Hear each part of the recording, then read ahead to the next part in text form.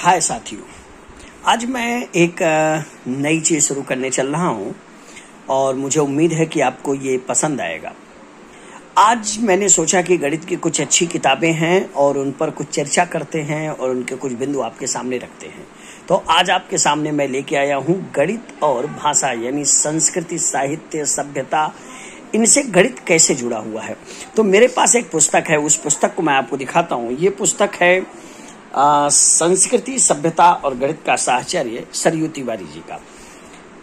तो चूंकि मैं आपसे चाहता हूं कि आज मैं इस पुस्तक पे आपसे चर्चा करूं, और ये पुस्तक बेहद खूबसूरत है और इसमें गणित को भाषा से कैसे जोड़ा गया है, इसके कुछ झलक है, उनको मैं आपको बात करता हूं। जैसे मान लीजिए जो हमारी कोई वस्तु होती है, तो वस्तु के लिए हम भाषा की भी बात करते हैं। भाषा के रूप में बात हम करने का मतलब, जैसे उसके गुणों की बात करें कि वस्तु अच्छी है, बुरी है, काली है, गोरी है, मोटी है, पतली है, दूर है, नजदीक है, व्हाटएवर जो भी उसके गुण हैं, प्रॉपर्टीज है, कैरेक्टर है, उस पर बात कर ले। इसी तरह जब हम किसी वस्तु को गणितीय कैरेक्टरिस्टिक्स में लाते हैं तो क्या बोलते हैं, उसके आकार कैसा है, यानी गोल है, शंकु है, लंबा है, चौड़ा है, मोटा है, पतला है। ये जो उसकी आकृति और आकार पर जो हम चर्चा करते हैं, ये उसके गणितीय गुणों की बात करते हैं। यानी एक सामाजिक भाषाई गुण है और एक गणितीय गुण है। ये कितनी खूबसूरत समानता सरयू तिवारी जी ने अपने इस पुस्तक में लाई है। निश्चित रूप से आप सभी ये पुस्तक पढ़िएगा और ये आपको इसमें अच्छा लगेगा। और सबसे अच्छी बात यह है कि गणित को हम जैसे जब भाषा से जोड़ते हैं, तो मैं एक और उदाहरण आपको देता हूँ, बड़ा अच्छा उदाहरण। जैसे मान लीजिए हम जब भाषा की बात करते हैं जो सामाजिक परिदृश्य में है, तो मान लीजिए हम सबसे छोटी जो ध्वनि की हमारी इकाई है उसे हम वर्णमाला में पाते हैं। जैसे कोई भी जो हमारे हैं वर्णमाला के अक्षर हैं, उनको हम उठाते हैं। मान लीजिए हमने वर्ण में क है, ग है, ल है, म है, बहुत सारे हैं, छोटी छोटी इकाइयां हैं। क्या वाकई इन अकेले एक वर्ण का कोई अर्थ है? जैसे क क्या अर्थ है, च क्या अर्थ है? संभवतः इसका अर्थ हम नहीं निकाल पा रहे। लेकिन अगर हम दो से अधिक वर्णों को एक साथ रखते हैं, जैसे उदाहरण के लिए क ले लिया, म ले लिया और ल ले लिया, तो बनता है कमल या कलम। ऐसे कुछ शब्द बनते हैं जहां दो या दो से अधिक वर्णों को हम इकट्ठा कर रहे हैं। लेकिन ये भी आप समझ रहे होंगे कि अगर हम इन वर्णों को मिला रहे हैं तो जरूरी नहीं है कि सभी संयोजन का एक अर्थ हो सामाजिक परिदृश्य में। यानी दो तरह के हमारे शब्दों का संकलन हो रहा है। एक ऐसे शब्द जिनका कुछ अर्थ है, यानी सार्थक, और कुछ ऐसे जिनका कोई अर्थ ही नहीं है। चलिए जरा गणित की दुनिया में चलते हैं। गणित में जैसे ये वर्ण है, क्या इस तरह से गणित में भी हमारे पास कुछ है? जरा उस पर हम सोचते हैं। क्या समझ में आया? उस पर हम ये समझते हैं कि मान लीजिए हमारे पास 0 से लेकर 9 तक के टोटल हमारे पास एक गिनती होती है, एक अंक होते हैं जिन पर हम बात करते हैं। तो हमारे पास 0 से लेकर के 9 तक हैं। अच्छा, इनका अकेले में जरा हम देखते हैं 1 या 2 या 4, 6, जरा सा इनका संयोजन भी हम करते हैं। आगे पीछे लिख के देख लेते हैं। जैसे मैंने लिखा 1 2 3 यानी 123। हमने फिर लिख दिया 3 2 1, हमने लिख दिया 2 1 3। क्या लगाया आपको? क्या जो भाषा में हुआ था, क्या गणित में भी कुछ ऐसा ही हो रहा है क्या? भाषा में क ल म को हमने लिखा, क म ल लिखा, ल म क लिखा, म ल क लिखा, तो क्या लगा? सार्थक, निरर्थक। जरा गणित पर विचार करें, क्या गणित में भी ऐसा हुआ? एक बिंदु। दूसरा, क्या अंक में जो 1 था, अगर मैंने 123 लिखा तो 100 के ऊपर रिप्रेजेंट कर रहा है, जबकि मैंने अगर 321 लिखा तो 1 का मतलब कुछ और है, और 312 लिखा तो 1 का मतलब कुछ और है। यानी गणित और भाषा में जो स्थान है, उनका भी तो असर पड़ रहा है परिमाण पर। खैर, ये एक खूबसूरत संयोजन किया है, बड़ा अच्छा तुलना किया है सरयू जी ने।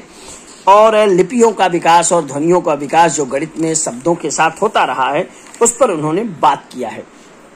अच्छा, एक और बात करते हैं। भाषा में हमारे पास मुख्यतः 2 श्रेणियां होती है, एक हम स्वर बोलते हैं, एक व्यंजन बोलते हैं।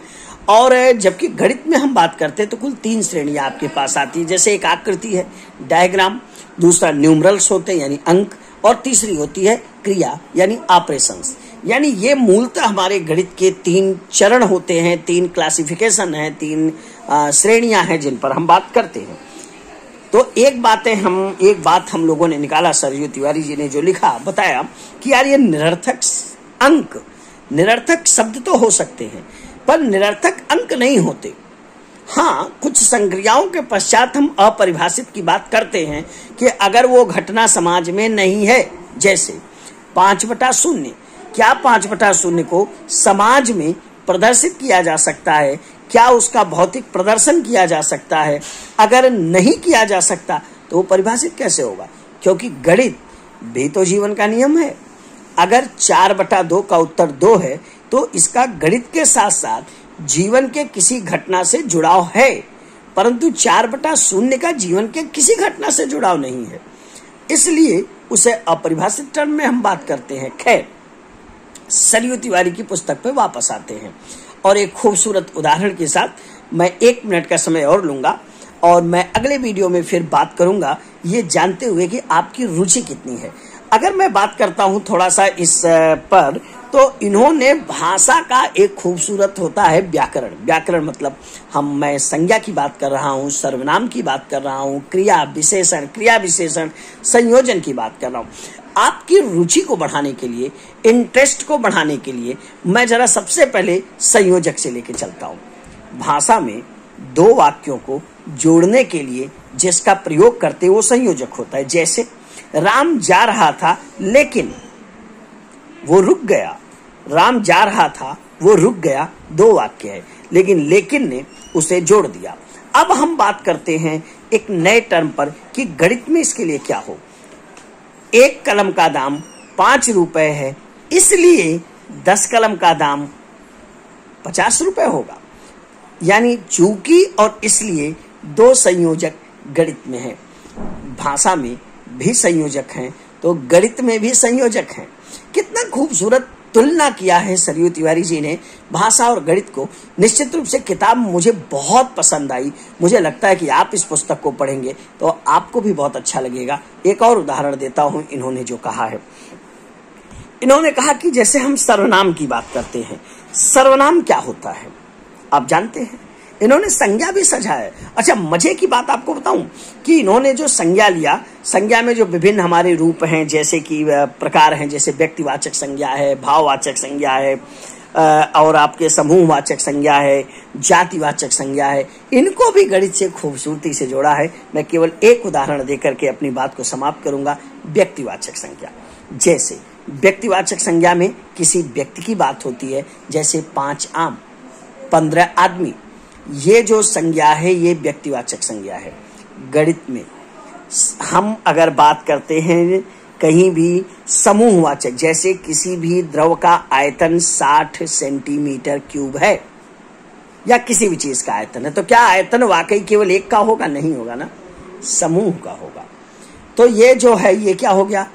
अगर कहीं 60 घन मीटर लिखा है तो ये हो गया समूहवाचक संज्ञा। ऐसे बहुत खूबसूरत तुलनाएं की गई हैं। निश्चित रूप से मैं चाहूंगा कि आप टिप्पणी करें कि आपको ये वीडियो कैसा लगा और इस किताब को लेकर के आपकी जिज्ञासा और रोचकता पर क्या असर पड़ रहा है। क्या वाकई आप इस किताब को पढ़ने के लिए उत्सुक हैं? आप अपनी जिज्ञासा और प्रश्न कमेंट में जरूर लिखिएगा। और अगर आपको ये वीडियो पसंद आ रहा है और इस तरह की वीडियो से आप जुड़े रहना चाहते हैं तो चैनल को सब्सक्राइब करना बिल्कुल न भूलिए। तब तक के लिए अपना ख्याल रखिए। बाय।